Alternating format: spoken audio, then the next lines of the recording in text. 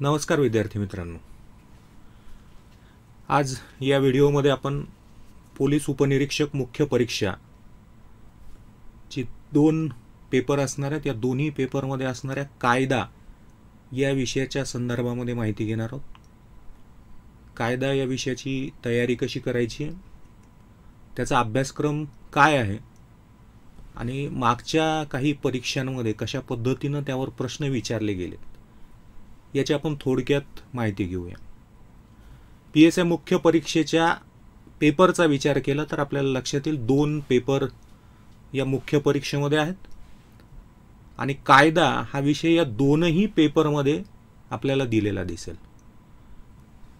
एकूण 11 कायदे अभ्यासाला आहेत आणि त्यापैकी 2 कायदे पहिल्या पेपरमध्ये तर उर्वरित 9 कायदे हे दुसऱ्या पेपरमध्ये आहेत।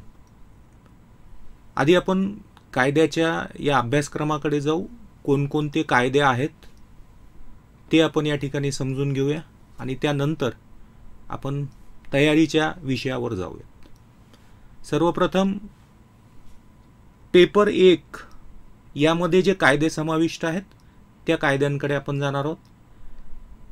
पहिल्या पेपरमध्ये 2 कायद्यांचा समावेश आहे आणि यामध्ये पहिला कायदा आहे माहितीचा अधिकार अधिनियम 2005। पेपर पहिला यामध्ये 3 घटक आपल्याला दिसतील केलेले। त्यामध्ये मराठी आणि इंग्रजी या 2 विषयांचे पहिले 2 घटक आहेत, तर तिसरा जो सामान्य ज्ञानाचा घटक आहे त्यामध्ये 2 कायद्यांचा समावेश केला गेलेला आहे आणि यामध्ये पहिला कायदा असणार आहे माहितीचा अधिकार अधिनियम 2005। कायद्यांची तयारी करत असताना आपल्याला एका बाबीकडे महत्त्वपूर्ण लक्ष द्यायचे आणि ती बाब ही आहे की जेव्हा कायद्यावरचे प्रश्न आपल्याला विचारले जातील त्यामध्ये केवळ कायद्यामध्ये ज्या तरतुदी आहेत त्या तरतुदींच्या संदर्भामध्येच प्रश्न विचारले जातात। कायद्याची अंमलबजावणी किंवा त्यानंतर त्याच्याशी संबंधित असणाऱ्या ज्या इतर बाबी आहेत त्यावर प्रश्न सामान्यपणे विचारले जात नाहीत। आपल्याला कायद्यातल्या तरतुदी नेमकेपणाने माहीत असल्या पाहिजेत। माहितीचा अधिकार अधिनियम हा कायदा आता साधारणपणे सर्वच परीक्षांना लागू झालेला कायदा असा आपण त्याला म्हणू शकतो।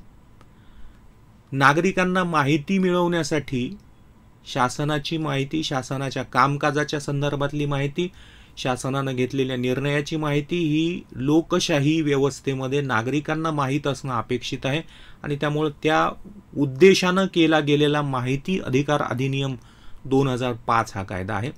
तर याच पद्धतीने शासनाचं दुसरं काम म्हणजे नागरिकांना विविध प्रकारच्या सेवा पुरवणं आणि त्यासाठीही महाराष्ट्रामध्ये कायदा केला गेला। माहिती अधिकार अधिनियम हा केंद्र सरकारने केलेला कायदा आहे आणि आता तो संपूर्ण भारतामध्ये लागू आहे। तर सेवा हमी कायद्याच्या संदर्भामध्ये महाराष्ट्र लोकसेवा हक्क अधिनियम 2015 हा कायदा महाराष्ट्र शासनाने लागू केलाय। शासनाकडून लोकांना दिल्या जाणाऱ्या ज्या सेवा आहेत या सेवा कशा पद्धतीने दिल्या पाहिजेत आणि त्या संदर्भातले काही अधिकार त्या पात्र व्यक्तींना दिले गेलेले आहेत। ज्या व्यक्ती अशा सेवा घेण्यासाठी कायदेशीररित्या असेल किंवा इतर जे काही नियम त्या संदर्भामध्ये असतील त्यांनी जे पात्र आहेत त्या व्यक्तींना ही माहिती मिळवण्याचा अधिकार, सेवा मिळवण्याचा अधिकार महाराष्ट्र लोकसेवा हक्क अधिनियम 2015 ने दिला। हे 2 कायदे सामान्य कायदे अशा अर्थाने आपण या ठिकाणी घेऊया जे पेपर 1 चा भाग आहेत। पेपर 2 मध्ये मात्र आता PSI जो आपण मुख्यतः पोलीस विभाग आहे आणि पोलीस विभाग म्हणजे त्यांचा सर्वात जास्त संबंध, सर्वात जास्त म्हणण्यापेक्षा पूर्णपणे त्यांचा संबंध फौजदारी विभागाशी, फौजदारी प्रकरणांशी येतो आणि त्यामुळे असे काही कायदे पुढच्या विभागामध्ये आपल्याला दिसतील। पेपर 1 मध्ये हे 2 कायदे आणि यानंतर आपण जाणार आहोत पेपर 2 कडे। पेपर 2 हा विषय मुख्यतः आता फक्त पोलीस उपनिरीक्षक या घटकासाठी असणारा अभ्यासक्रम आपल्याला इथं दिसेल आणि त्यामुळेच या ठिकाणी कायद्यांना जास्त महत्त्व आहे आणि त्यामुळे अभ्यासात असणाऱ्या एकूण 11 कायद्यांपैकी 9 कायदे या पेपर 2 मध्ये समाविष्ट आहेत. कोणकोणते कायदे आहेत यामध्ये समाविष्ट केलेले आणि कसे आहेत हे आपण समजून घेऊया. सर्वप्रथम आपल्याला लक्षात येईल या ठिकाणी सुद्धा विषयांचे अभ्यासक्रमाचे वेगवेगळे घटक, अंतर्गत घटक दिले गेलेले आहेत. यामध्ये सामान्य ज्ञानाचा पहिला जो घटक आहे त्यामध्ये इतिहास, भूगोल, राज्यघटना यासारखे विषय आहेत, अर्थशास्त्र आहे आणि यानंतरचा महत्त्वाचा विषय मानवी हक्क असा आहे. मानवी हक्क आणि जबाबदाऱ्या या संदर्भामध्ये कायद्याचा विषय जर आपण केला तर सर्वप्रथम आपल्याला मानवी हक्क संरक्षण अधिनियम हा घटक त्या ठिकाणी येईल. मानवी हक्क आणि जबाबदाऱ्या या प्रकरणामध्ये मानवी हक्कांच्या संदर्भात असणाऱ्या ज्या आंतरराष्ट्रीय किंवा राष्ट्रीय स्वरूपाच्या चळवळी आहेत त्या चळवळी, आंतरराष्ट्रीय स्तरावर सर्वात महत्त्वाची घटना ज्यावेळेस संयुक्त राष्ट्रांची स्थापना झाली, संयुक्त राष्ट्राच्या आमसभेकडून मानवी हक्कांचा एक वैश्विक जाहीरनामा 1948 मध्ये जाहीर करण्यात आला किंवा त्याला मान्यता देण्यात आली आणि जगामध्ये मानवी हक्कांच्या संरक्षणासाठी एका आंतरराष्ट्रीय संघटनेकडून, आंतरराष्ट्रीय समुदायाकडून प्रयत्नांना सुरुवात झाली. त्यामुळे सुरुवातीला जबाबदाऱ्यांच्या घटकामध्ये अत्यंत महत्त्वाचा बाब आणि अत्यंत महत्त्वाचा घटक असं म्हणून आपण ज्याकडे पाहू शकतो तो म्हणजे मानवी हक्कांचा जागतिक किंवा वैश्विक जाहीरनामा. अत्यंत महत्त्वपूर्ण बाब अशी आहे यामध्ये पुन्हा की जेव्हा हा जाहीरनामा तयार होत होता आणि तो जाहीर करण्याची प्रक्रिया आंतरराष्ट्रीय स्तरावर सुरू होती त्याच वेळेस भारतामध्ये राज्यघटना निर्मितीलाही सुरुवात झालेली होती. 1945 ते 48 या दरम्यान म्हणजे 1945ला जेव्हा संयुक्त राष्ट्रांची स्थापना झाली तिथून ते 10 डिसेंबर 1948 ज्या दिवशी मानवी हक्कांचा वैश्विक जाहीरनामा जाहीर झाला तो 3 वर्षांचा काळ आणि त्यानंतर 1946 पासून ते 1949 पर्यंतचे पुढचे 3 वर्ष हे भारतीय राज्यघटना निर्मितीचे 3 वर्ष आहेत. त्यामुळे अर्थातच आंतरराष्ट्रीय घडामोडींचा प्रभाव भारतीय राज्यघटनेवरही पडला आणि या मानवी हक्कांना मूलभूत हक्कांच्या स्वरूपात असेल किंवा कायदेशीर हक्कांच्या स्वरूपामध्ये असेल राज्यघटनेमध्ये समाविष्ट करण्यात आलं.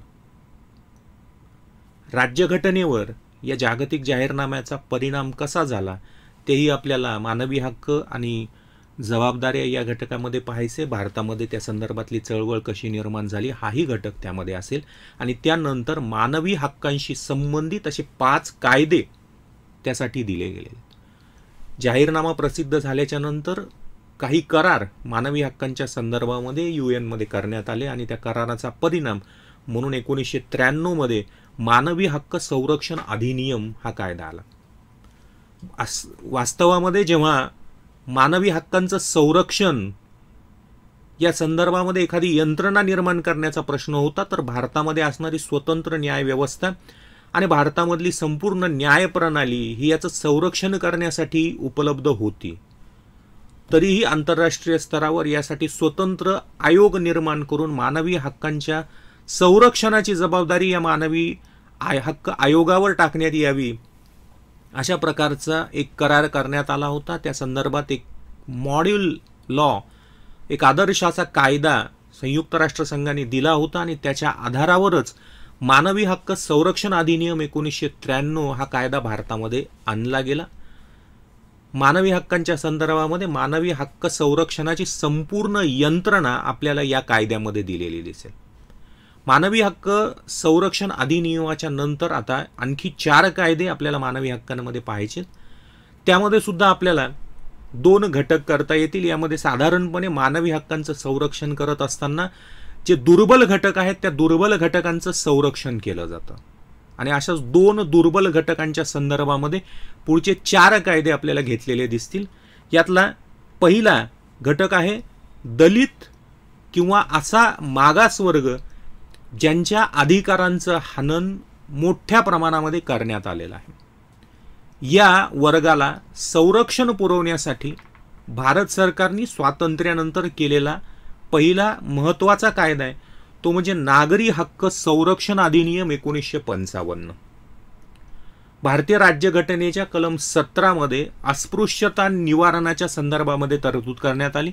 भारतामधून सर्व प्रकारची अस्पृश्यता संपुष्टात आली पाहिजे आणि संपुष्टात आणण्यासाठी जी तरतूद भारतीय राज्यघटनेमध्ये कलम 17 मध्ये केली गेली होती त्याच्याच आधारावर नागरी हक्क संरक्षण अधिनियम 1955 संमत केला गेला.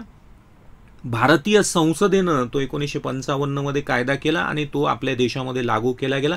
अस्पृश्यता निवारण हे या ठिकाणी या कायद्याचं महत्त्वाचं वैशिष्ट्य किंवा उद्देश आहे. अस्पृश्यता निवारणाच्या संदर्भामध्ये भारतामध्ये कोणत्याही स्वरूपामध्ये अस्पृश्यता पाळली जाणार नाही आणि अशी जर अस्पृश्यता पाळली जात असेल तर ती पाळणाऱ्यांना किंवा तशा प्रकारचे सामाजिक अथवा धार्मिक निर्बंध लादणाऱ्या व्यक्तींना शिक्षेची तरतूद या कायद्यामध्ये करण्यात आलेली. दलित किंवा मागासवर्गीयांच्या संदर्भामध्ये पाहत असताना आणखी एक दुसरा महत्त्वाचा कायदा आपल्याला या ठिकाणी दिसेल जो या नंतरच्या काही घटनांचा परिणाम म्हणून आपल्याला दिसेल. त्यामध्ये अनुसूचित जाती आणि अनुसूचित जमाती अत्याचार प्रतिबंध अधिनियम 1989. वास्तवामध्ये अनुसूचित जाती जमाती हा असा घटक आहे जो मागास आहे. आर्थिक सामाजिक दृष्ट्या या घटकाला उन्नतीची त्या प्रमाणात संधी मिळालेली नाही आणि या व्यतिरिक्त यांच्यावर वरिष्ठ वर्गांकडून होणारे अत्याचार तसंच अस्पृश्यता या बाबी किंवा अस्पृश्यतेच्या कारणाने होणारे अत्याचार अशाही बाबी घडत होत्या. सुरुवातीला अत्याचारांचा जो भाग होता तो नागरी हक्क संरक्षण अधिनियमामध्ये समाविष्ट करण्याचं ठरलं होतं. मात्र नागरी हक्क अधिनियम हा पूर्णपणे अस्पृश्यता निवारणाच्या उद्देशानं केला गेलेला असल्यामुळे त्यामध्ये या तरतुदी समाविष्ट न करता पुढच्या काळामध्ये भारतीय संसदेने एक स्वतंत्र कायदा या संदर्भामध्ये पारित केला आणि अनुसूचित जाती आणि जमाती यांच्यावर जर अत्याचार केले गेले या कायद्याच्या कलम 3 मध्ये सर्व प्रकारच्या अत्याचारांचा उल्लेख केला गेलेला आहे. अशा कोणत्या घटना असतील अशा कोणत्या कृती असतील ज्यांना अत्याचार म्हटलं जाईल आणि मग त्या संदर्भामध्ये शिक्षेच्या तरतुदी या कायद्यामध्ये केल्या गेल्या. नागरी हक्क संरक्षणामध्ये केल्या गेलेल्या शिक्षेच्या तरतुदी या सौम्य स्वरूपाच्या आहेत तर अत्याचार प्रतिबंध अधिनियमामध्ये केल्या गेलेल्या तरतुदी या त्यापेक्षा कितीतरी कडक अशा आहेत आणि जवळपास सर्वच प्रकारच्या शिक्षांच्या तरतुदी म्हणजे जास्तीत जास्त मृत्यूदंडाच्या शिक्षेपर्यंतच्या ही सर्व तरतुदी अत्याचार प्रतिबंध अधिनियमामध्ये करण्यात आल्या. जो कायदा 1989ला संमत करून 1990 पासून भारतामध्ये लागू करण्यात आला. दलित या घटकांच्या शिवाय आणखी एक दुर्बल घटक म्हणून ज्या घटकाकडे पाहिलं जातं किंवा ज्यांच्या मानवी हक्कांचं हनन मोठ्या प्रमाणात केलं जातं आणि त्याला संरक्षण मिळणं अपेक्षित आहे असा घटक आहे महिला. या नंतरचे कायदे महिलांच्या संदर्भात आहेत आणि त्यामध्ये परत एकदा भारत सरकारनं स्वातंत्र्यानंतर केलेला एक अत्यंत महत्त्वाचा असा कायदा हुंडा प्रतिबंध अधिनियम 1961.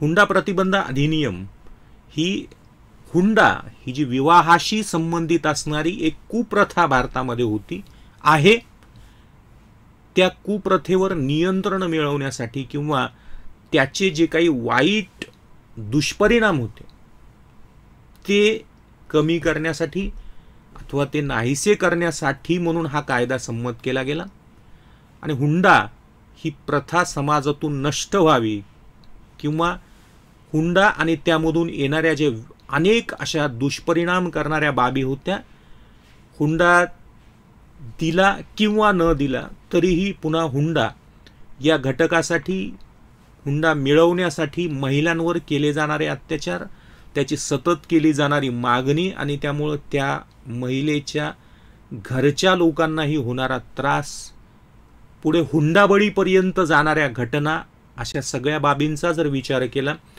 तर या सगळ्या वाईट दुष्परिणामांपासून वाचण्यासाठी हुंडा प्रतिबंध अधिनियम 1961 मध्ये काही तरतुदी केल्या गेल्या.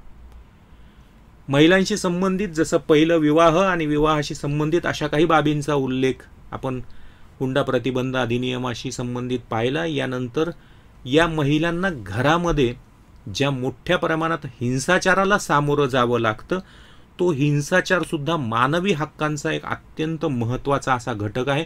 आंतरराष्ट्रीय स्तरावरही या संदर्भामध्ये चर्चा झाल्या। UN कडून या संदर्भामध्ये वेगवेगळे ठराव संमत करण्यात आले आणि यानंतर अशाच प्रकारच्या एका कायद्याची गरज सर्वच देशांमध्ये जाणवली, ती अर्थात भारतामध्येही होती। आणि महिलांना घरामध्ये होणाऱ्या अत्याचारापासून संरक्षण देण्यासाठी घरगुती हिंसाचारापासून महिलांचे संरक्षण अधिनियम 2005 हा कायदा संमत करण्यात आला। वास्तवामध्ये महिलांवर होणाऱ्या अत्याचारांसाठी भारतीय दंड संहितेमध्ये अनेक तरतुदी होत्या, तसंच इतर काही कायद्यांमध्येही होत्या।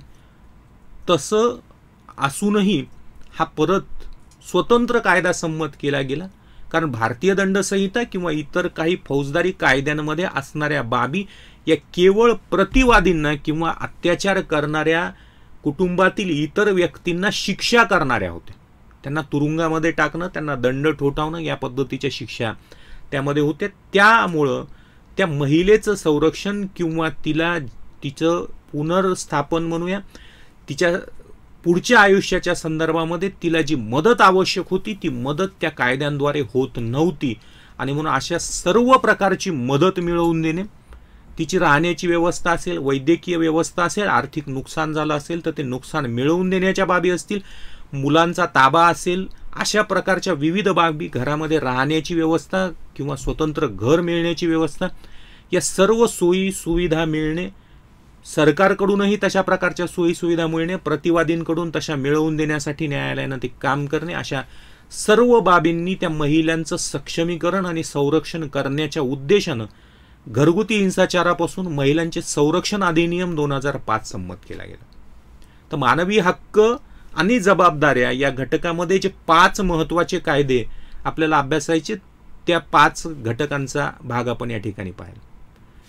या घटकाच्या नंतर फौजदारी विभागाशी संबंधित अत्यंत महत्त्वाचे असे 4 कायदे आपल्याला या अभ्यासक्रमाच्या शेवटच्या भागामध्ये दिलेले दिसून येतील। पोलीस विभागाशी संबंध असल्यामुळे अत्यंत महत्त्वाचा असा महाराष्ट्र पोलीस अधिनियम 1951, ज्याचं पूर्वीचं नाव मुंबई पोलीस अधिनियम 1951 असं होतं, आता तो महाराष्ट्र पोलीस अधिनियम 1951 या नावाने ओळखला जातो। यामध्ये पोलीस दलाची रचना, पोलीस दलांचे अधिकार, पोलीस दलाला कामकाज करण्याच्या पद्धती, त्यांची कर्तव्य या सर्व बाबी दिलेल्या असणार आहेत। आणि त्यामुळं पोलीस उपनिरीक्षक या पदासाठी पुढच्या अनुभवासाठी हा कायदा, तसंच यानंतरचे जे 3 कायदे जे फौजदारी विभागाशी संबंधित आहेत ते अत्यंत महत्त्वाचे आहेत। याच कायद्यांच्या आधारावर पुढे आपल्याला कामकाज करायचं आहे, त्यामुळे याची संपूर्ण रचना आपल्याला महाराष्ट्र पोलीस अधिनियमामध्ये दिसेल। महाराष्ट्र पोलीस अधिनियम हा या अभ्यासक्रमाचा मुख्य कायदा आहे, मूळ कायदा आहे, पोलीस विभागाशी संबंधित अत्यंत महत्त्वाचा असा कायदा आहे आणि त्यामुळे त्यातल्या तरतुदी कलमांसह आपल्याला माहीत असणं अपेक्षित आहे। पुढे कामकाज करत असताना या कायद्यातील कलमांचा संबंध आणि भारतीय दंड संहितेतील कलमांचा संबंध मोठ्या प्रमाणामध्ये येतो, त्यामुळे हा कायदा तयारी करत असताना मोठ्या प्रमाणात कलमांकडे सुद्धा आपल्याला लक्ष द्यायचं आहे। महाराष्ट्र पोलीस अधिनियम या महत्त्वाच्या कायद्यानंतर आता फौजदारी प्रक्रिया जेव्हा न्यायालयामध्ये जाते, पोलिसांपासून सुरू होऊन न्यायालयामध्ये निर्णय होऊन त्याची अंमलबजावणी होईपर्यंतची ही प्रक्रिया, न्यायालयीन प्रक्रिया आपल्याला पुढच्या 3 कायद्यांमध्ये दिसून येईल। यामध्ये सर्वात पहिला भारतीय दंड संहिता।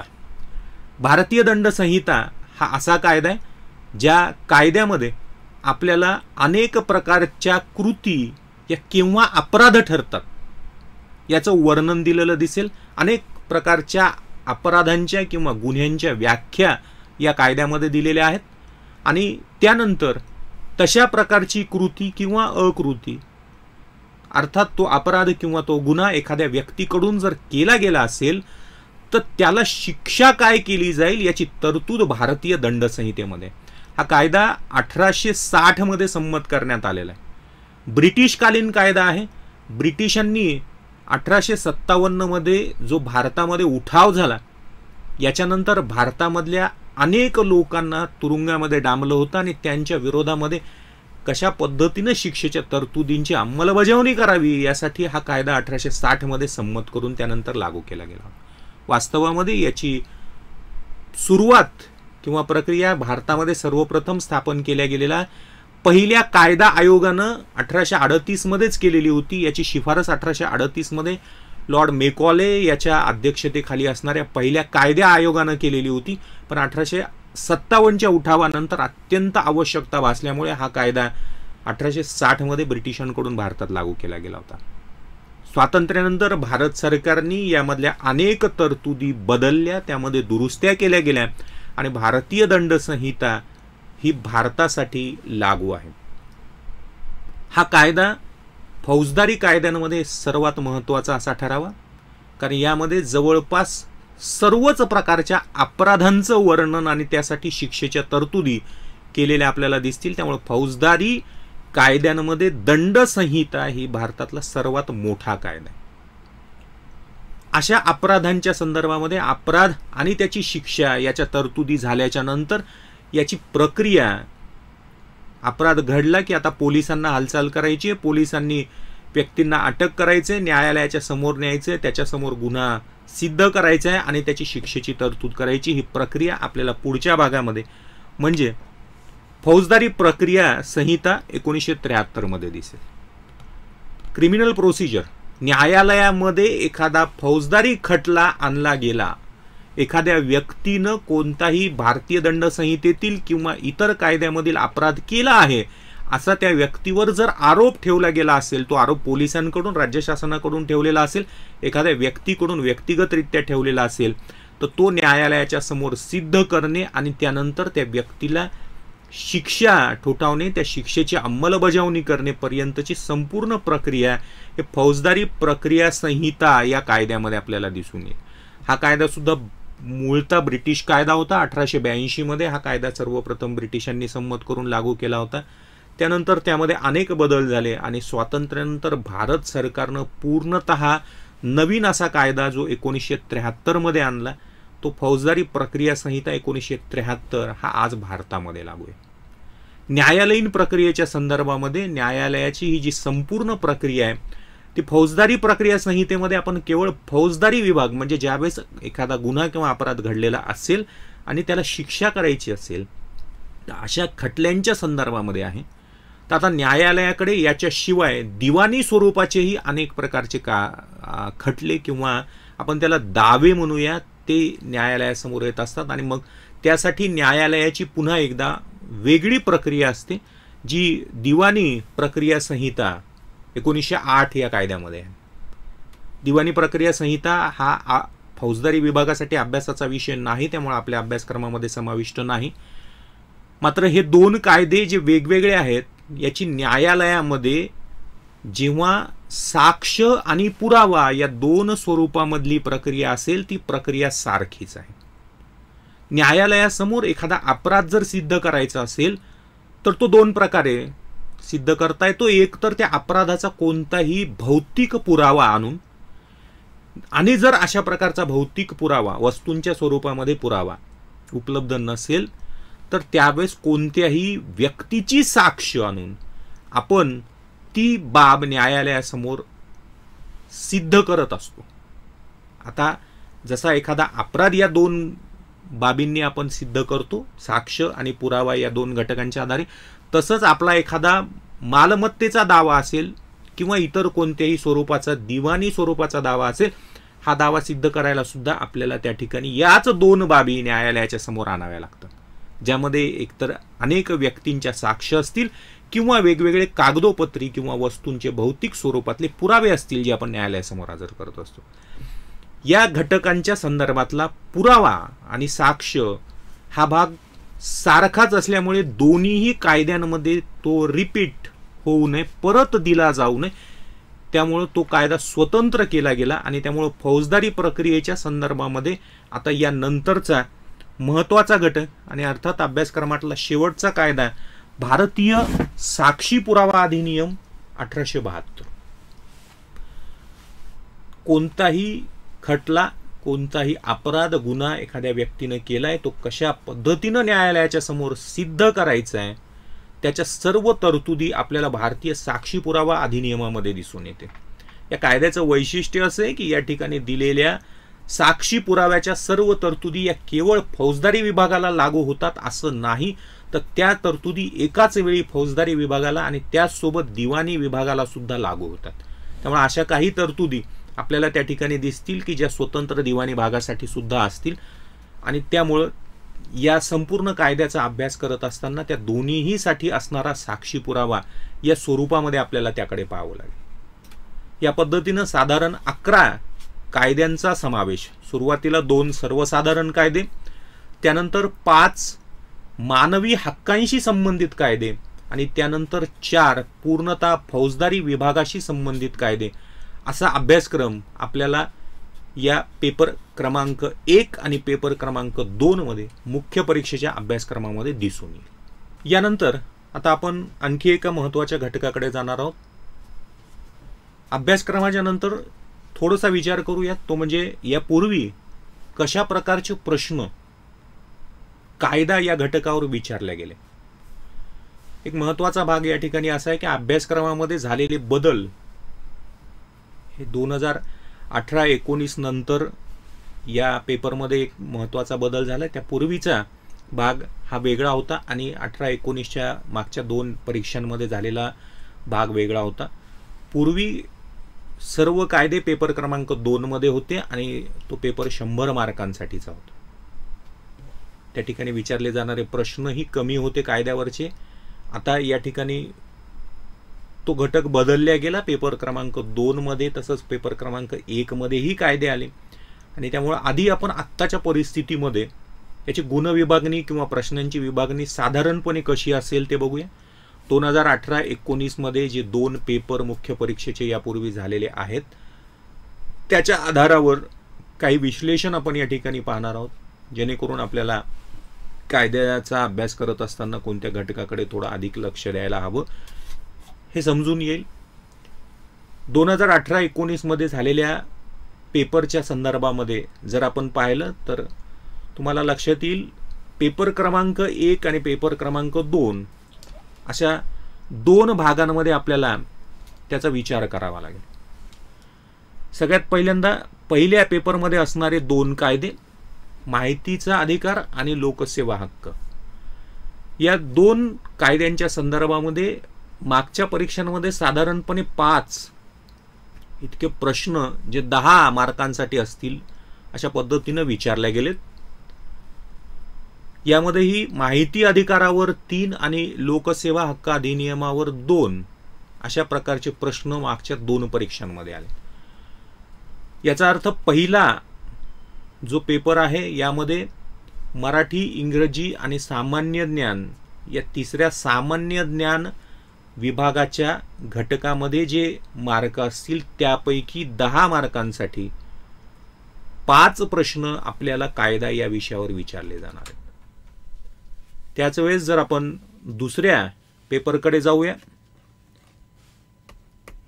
तर पेपर क्रमांक 2 मध्ये मानवी हक्कांचा एकत्रित घटक आहे. एकच प्रकरण आहे ज्यामध्ये मानवी हक्क आणि जबाबदाऱ्या आहेत आणि या मानवी हक्क आणि जबाबदाऱ्यामध्ये एकूण 5 कायद्यांचा समावेश आहे. तर या एकूण घटकावर म्हणजे मानवी हक्क, आंतरराष्ट्रीय ज्या घडामोडी आहेत त्या मानवी हक्कांच्या संदर्भातल्या घडामोडी, मानवी हक्कांशी संबंधित आंतरराष्ट्रीय कायदे असतील, ठराव असतील आणि त्यानंतर भारतामध्ये त्याच्या परिणामांची चर्चा असेल, या मानवी हक्क आणि जबाबदाऱ्याच्या घटकांसह त्यामध्ये असणारे 5 कायदे यांचा एकत्रित जर विचार केला तर त्यावर 15 प्रश्न सामान्यपणे मागच्या 2 परीक्षांमध्ये विचारले गेलेले आपल्याला दिसतील. म्हणजे आता आपल्याला या ठिकाणी लक्षात येईल की जर यातून कायद्याचा भाग वेगळा करायचा असेल तर सामान्यपणे या 5 कायद्यांवर 5 किंवा 7 प्रश्न विचारले जातील. प्रत्येक कायद्यावर किमान 1 प्रश्न असणारच आहे आणि मग त्यानुसारच त्याची गुणविभागणी असेल. 30 मार्क किंवा 15 प्रश्न हा मानवी हक्कांचा संपूर्ण घटक या पद्धतीने आहे. त्यामुळे मानवी हक्क आणि जबाबदाऱ्या या घटकामध्ये कायद्याचा भाग त्यामध्ये अर्धा असेल असं जर आपण गृहीत धरलं तर त्या प्रमाणामध्ये आपल्याला त्याचा विचार करावा लागेल. सगळ्यात महत्त्वाचा म्हणजे शेवटचा जो फौजदारी कायद्यांचा घटक आहे तो स्वतंत्र आणि अत्यंत महत्त्वाचा असा घटक आहे आणि त्यामुळे आत्ता मागच्या 2 कायद्यांमध्ये आपल्याला दिसेल की त्याला 4ही कायद्यांना जवळपास सारखंच महत्त्व दिलं गेलेलं आहे. कायदा या विषयामध्ये मोठ्या प्रमाणात मार्क मिळवून देणारा हा घटक आपल्याला दिसेल जिथं आपण किमान 80 मार्कांचा विचार करतोय. या 4 महत्त्वाच्या कायद्यांमध्ये मिळून 40 प्रश्न विचारले जाणार आहेत आणि त्या 40 प्रश्नांसाठी 80 गुण या ठिकाणी आपल्याला मिळणार आहेत. त्यामुळे बाकीच्या कायद्यांकडे आपल्याला लक्ष द्यावंच लागेल, पण महत्त्वाचा घटक असणार आहे तो म्हणजे 4 महत्त्वाचे असे फौजदारी कायदे. कारण हे 4 फौजदारी कायदे 4 स्वतंत्र प्रकरणामध्ये आपल्याला अभ्यासक्रमाच्या शेवटी दिलेले दिसतील. जेव्हा आपण मानवी हक्काचं प्रकरण पाहूया, मानवी हक्क आणि जबाबदाऱ्या या घटकामध्ये बाकीच्या घटकांसह कायदे आहेत, त्यामुळे त्या ठिकाणी विचारला जाणारा कायद्यावरचा प्रश्न हा प्रत्येक कायद्यावर एक प्रश्न किंवा अपवादात्मक परिस्थितीमध्ये त्यापेक्षा एखादा जास्त प्रश्न इतकं विचारलं जाणार आहे. मात्र महाराष्ट्र पोलीस अधिनियम, भारतीय दंड संहिता, फौजदारी प्रक्रिया संहिता आणि साक्षी पुरावा अधिनियम या घटकांवर आपल्याला सामान्यपणे सर्वसाधारण सारखेच प्रश्न 10-10 प्रश्न किंवा त्यापेक्षा थोडा कमी जास्त प्रमाणामध्ये हे प्रश्न येतील आणि ते घटक सगळ्यात जास्त मार्क मिळवून देणारे असतील. थोडंसं मागे जाऊन जर आपण पाहण्याचा प्रयत्न केला, आज जरी आपल्याला मागच्या 2 परीक्षांमध्ये हे असल्या प्रकारचं समीकरण दिसत असलं तरी वास्तवामध्ये जर आयोगाचा पूर्वानुभव पाहिला तर त्यामध्ये आपल्याला या समीकरणामध्ये कधीही बदल आयोगाकडून केला जाऊ शकतो हे लक्षात येईल. या 2 परीक्षांच्या आधी मागे झालेल्या जर 3 परीक्षांचा उल्लेख आपण केला, कायदा हा अभ्यासक्रम लागू झाल्यापासून त्यानंतर 5 परीक्षा आतापर्यंत सामान्यपणे आपल्याला आता ज्या नवीन मागच्या 2012 नंतरच्या अभ्यासक्रमाचा विचार आपण जेव्हा करतोय तर त्या अभ्यासक्रमामध्ये 5 परीक्षा झालेल्या दिसतील. 18-19च्या परीक्षाचा भाग वेगळा सोडता मागच्या 3 परीक्षांमध्ये जाऊन पाहिलं तर या ठिकाणी एक कायदा अभ्यासक्रमाचा घटक नव्हता, तो म्हणजे सेवा हक्क अधिनियम, जो 2015 मध्ये संमत झालाय आणि त्यामुळे तो 2017च्या नंतर अभ्यासक्रमामध्ये समाविष्ट झालाय. तर त्या आधी असणारे 10 कायदे जे आजही अभ्यासक्रमाचा भाग आहेत त्याच्या संदर्भामध्ये जर आपण 2013 मध्ये पाहूया तर 2013 मध्ये आपल्याला एकूण प्रश्नांची संख्या 39 इतकी दिसेल, जी आज 55 अशी निश्चित आहे असं आपण म्हणूया. पण आता ती पूर्वीपासून बदल आयोगाने कसा केलेला आहे ते दिसून येईल आणि प्रत्येक ठिकाणी जेव्हा आता आपण मुख्य 3 किंवा 4 कायद्यांचा विचार करू तर यामध्ये सुद्धा बदल झालेला दिसेल. जिथं 2013 मध्ये 7 प्रश्न आहेत महाराष्ट्र पोलीस अधिनियमावर, तिथं त्यानंतर 10 आणि 12 असे विचारले गेले, म्हणजे यामध्ये आपल्याला वाढ झालेली दिसून येईल. अर्थात हे करत असताना काही ठिकाणी प्रश्न कमी केले गेलेले असतील. सर्वच ठिकाणी अशा पद्धतीचा बदल असेल, जसं मानवी हक्कांवर 9 प्रश्न आलेत आणि त्यानंतर ते 3 पर्यंत कमी झालेले. घरगुती हिंसाचारावर 13 मध्ये प्रश्न नाहीत, तर नंतर 5 आणि 3 प्रश्न असं वेगळ्याच स्वरूपानं या ठिकाणी विचारले गेलेले. आणि त्यामुळे प्रश्नांच्या संख्येच्या संदर्भामध्ये जर आपण विचार करूयात तर त्यावेळेस आपल्याला बाब लक्षात येईल की आयोगाच्या पूर्वीच्या अनुभवानुसार आपल्याला आता पुढे कदाचित यामध्ये काही बदल पाहायला मिळू शकतात. त्यामुळे या पद्धतीनं आपल्याला कायद्यांची तयारी करायची. अर्थात 4 महत्त्वाचे कायदे आहेत. सगळ्यात महत्त्वाची बाब लक्षात ठेवायची की कायद्यामधल्या तरतुदींच्या शिवाय आपल्याला बाहेरचा कोणताही प्रश्न विचारला जाणार नाही, त्यामुळे तरतुदींवर भर द्यायचे. पुस्तकांची निवड शक्यतो अशा पद्धतीनं करायची आहे की ज्यामध्ये केवळ कायद्यातील तरतूद, ज्याला बेअर ॲक्ट आपण म्हणतो, संसद किंवा विधिमंडळाने केलेला जशाला तसा कायदा जो समजण्यासाठी थोडा किचकट किंवा क्लिष्ट असतो, ते न घेता सोप्या भाषेमध्ये जिथं सांगितलेलं असेल, समजेल अशा प्रकारच्या पुस्तकांची निवड करायची आणि त्याच पद्धतीनं अभ्यास करायचा. एक सगळ्यात महत्त्वाचा या विषयाचा अभ्यास करण्याची आणखी सोपी किंवा चांगली पद्धत म्हणून आपण ज्याकडे पाहूया ती म्हणजे आत्तापर्यंत झालेल्या प्रश्नपत्रिकांचा सराव करणे. या 5 प्रश्नपत्रिका ज्या मागच्या परीक्षांच्या आहेत त्या तुमच्यासाठी उपलब्ध आहेत. याच्याशिवाय डिपार्टमेंटल PSI चा सुद्धा अभ्यासक्रम याच पद्धतीचा आहे. यापेक्षा जास्त कायद्यांचा समावेश तिथं आहे, पण हे सर्व कायदे डिपार्टमेंटल PSI साठी आहेत. त्यामुळे त्या ठिकाणी विचारले गेलेल्या प्रश्नांचा सराव करून सुद्धा आपल्याला या घटकांची कायदा या प्रश्नांची तयारी चांगल्या पद्धतीनं करता येते. या ठिकाणी आपण थांबूया. धन्यवाद.